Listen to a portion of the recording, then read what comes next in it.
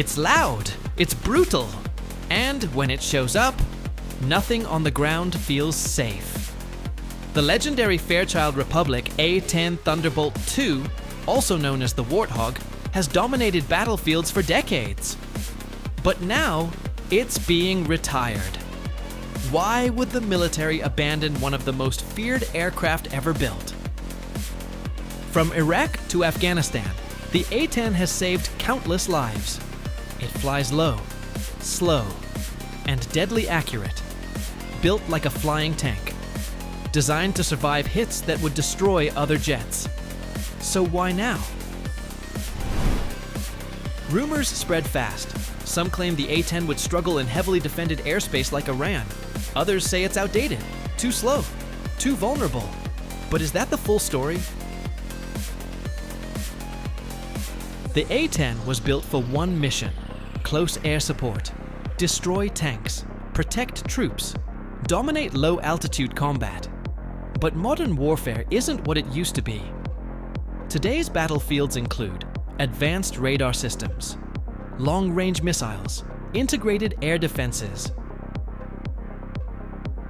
Let's be clear, the A-10 is devastating in the right environment. But against modern air defense systems, it faces a serious threat. Unlike stealth aircraft, the A-10 is highly visible on radar.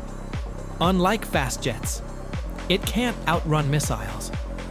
And in a region like Iran, air defenses are layered and coordinated. If you want more intense military breakdowns like this, subscribe now, because the next story might be even more explosive. But here's the twist. The A-10 isn't being retired because it's useless. It's being retired because the war itself has evolved.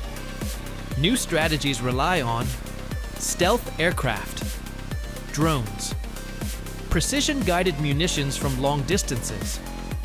Why risk a pilot flying low when a drone can strike from miles away? Here's the real reason. The US Air Force plans to phase out the Fairchild Republic A-10 Thunderbolt canoe to focus on next-generation warfare. Aircraft like the F-35 Lightning II can perform multiple roles, including close air support, while surviving in high-threat environments. It's not about firepower, it's about survivability. The A-10 Warthog isn't failing. It's becoming obsolete in a new kind of war. A war where visibility means vulnerability, where speed isn't enough, and where information is the ultimate weapon. Still, for troops on the ground, nothing sounds more reassuring than the roar of a Warthog above. So, is this the end of the Warthog, or just the beginning of a new era in air warfare? One thing is certain, legends don't disappear quietly.